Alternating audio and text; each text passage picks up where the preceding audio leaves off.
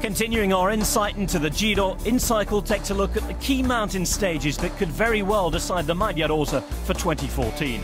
Joining us once more is Eros Poli, a former sprinter by trade. He is, however, no stranger to the big mountains. He famously won stage 15 of the 1994 Tour de France, which featured an ascent of the notorious Mont Ventoux. This week we focus on stage 20, the penultimate stage in this year's Giro, at 167 kilometres long, including 2 Category 1 climbs. The riders push to their limits. The Zoncolan has become such a Giro staple that it's easy to forget it's a relative newcomer to this race. As the departure city of Mantiago plays host for the first time, riders will set off for 100 kilometres of fairly flat pedalling through the valleys before the mountains beckon. Passing through the Passo del Pura first, before a short descent and the climb up Celerazzo, the peloton then face a 28-kilometre descent to the foot of Monte Zoncolan. At the foothills, a gruelling 10 kilometres uphill begins. We join Eros before the final push. Here we are at the bottom of the Zoncolan. It's the stage number 20. The riders, when they arrive here, they ride about 155 kilometers. I'm very scared. It's my first time on the Zoncolan. By now all the riders will be beyond tired, so it's about their ability to haul themselves over the last mountain and on to glory. This climb is one of the hardest walls. For me, it's the hardest in the world. Just imagine, in 10 kilometers, you climb for 1,200 meters. This is the last climb of the Giro. A brutal climb where you really have to push very hard to arrive at the top. After 157 kilometres in the saddle, it could all count for nothing if the rider can't handle the final 10 Ks and the ascent up to the Giro gods. It can always be daunting to see what's in front of you, no matter who you are or which jersey you wear. Oh my God, oh mamma mia, I can't believe that. Oh.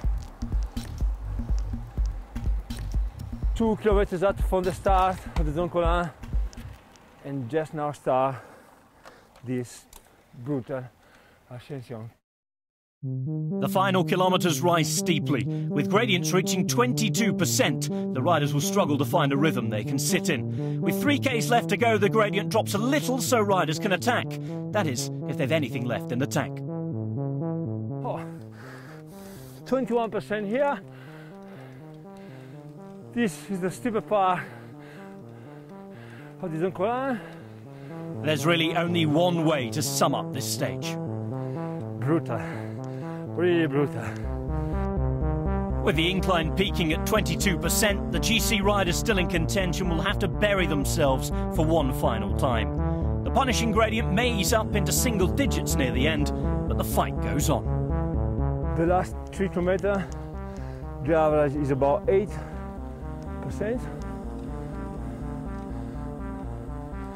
But it's the moment to push very hard for the victory. Last big stage of the mountain. With 20 days in the saddle, over 3,270 kilometres covered, and countless transfers, the riders will be exhausted to the point that many will be nursed over the finish line.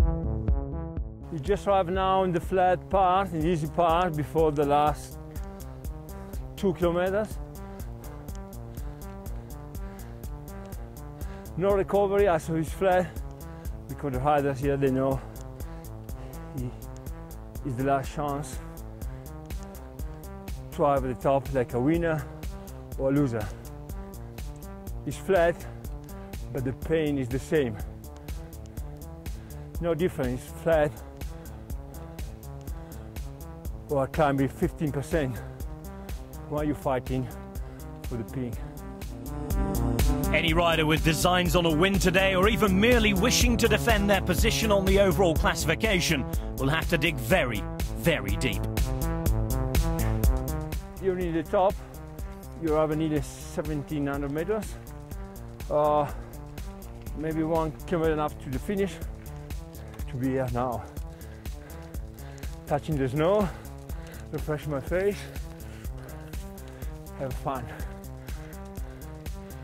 The weather condition is not perfect, but now, from now, just a couple of minutes for the ride, to the right to the top, to ride to the glory, and celebrate the magic moment at the end of this magic stage.